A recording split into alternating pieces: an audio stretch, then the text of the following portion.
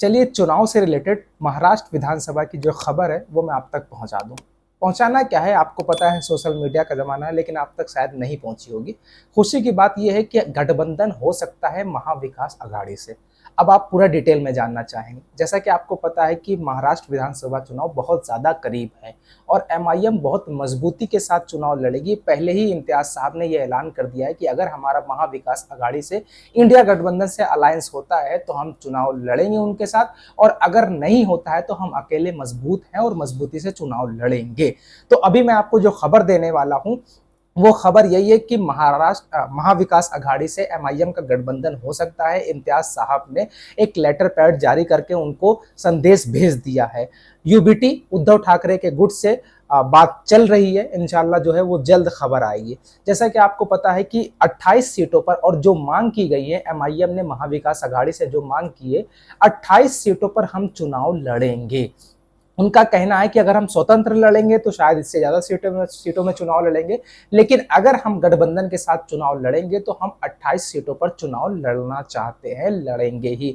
देखिए, इंडिया गठबंधन का भी मकसद है भाजपा को हराना, और एमआईएम का तो हमेशा से ही मकसद है कि भाजपा को हराना। भाजपा को इक्तदार में लाना हमारा कोई मकसद ही नहीं है। तो इम्तियाज साहब ने कहा कि भाई, जब आपका मकसद और हमारा मकसद एक है तो क्यों ना साथ मिल करके चुनाव लड़ा जाए। ऐसा तो नहीं है कि हम महाराष्ट्र के अंदर जो है वो कमजोर हों, आप कमजोर पार्टी से गठबंधन करके हमें थोड़ी ताकत दे दोगे, हमारे कैंडिडेट जीत जाएंगे। ऐसा नहीं है, हमारी वजह से आपके कैंडिडेट जीत जाएंगे। तो महाविकास अघाड़ी को खुला ऑफर एमआईएम ने विधानसभा चुनाव के लिए दे दिया है। और इम्तियाज जलील साहब जो है, अगर गठबंधन नहीं होता तो बहुत मजबूती के साथ चुनाव लड़ेंगे।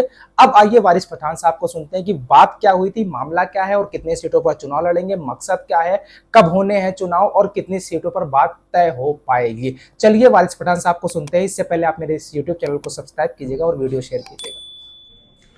देखिए, महाराष्ट्र में चुनाव होने जा रहे हैं, बहुत अनकरीब है। 1-2 महीने के अंदर चुनाव हो जाएंगे।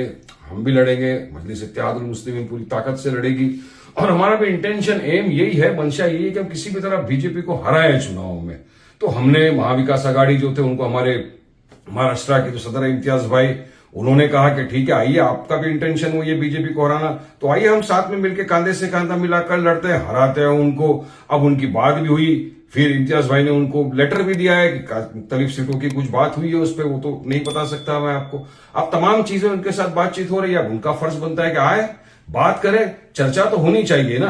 फिर हम तो लड़ेंगे, लेकिन देखिए, संविधान ने जितना अधिकार कांग्रेस, राष्ट्रवादी को, जितना समाजवादी को दिया है, उतना अधिकार मजलिस इत्तेहादुल मुस्लिमीन को भी है। तो हम तो पूरी तरह से लड़ेंगे, और इंशाल्लाह को यकीन है कि इस मर्तबा लोग हमको पूरी मोहब्बतों से नवाजेंगे, और हमारे काफी सारे उम्मीदवार अच्छी तरह से जीत के आएंगे। तो हमने कहा है, अब इनको पहल करनी चाहिए, तो फिर वो डी टीम, सी टीम, टी टीम करेंगे तो उससे कोई फर्क तो नहीं पड़ता है।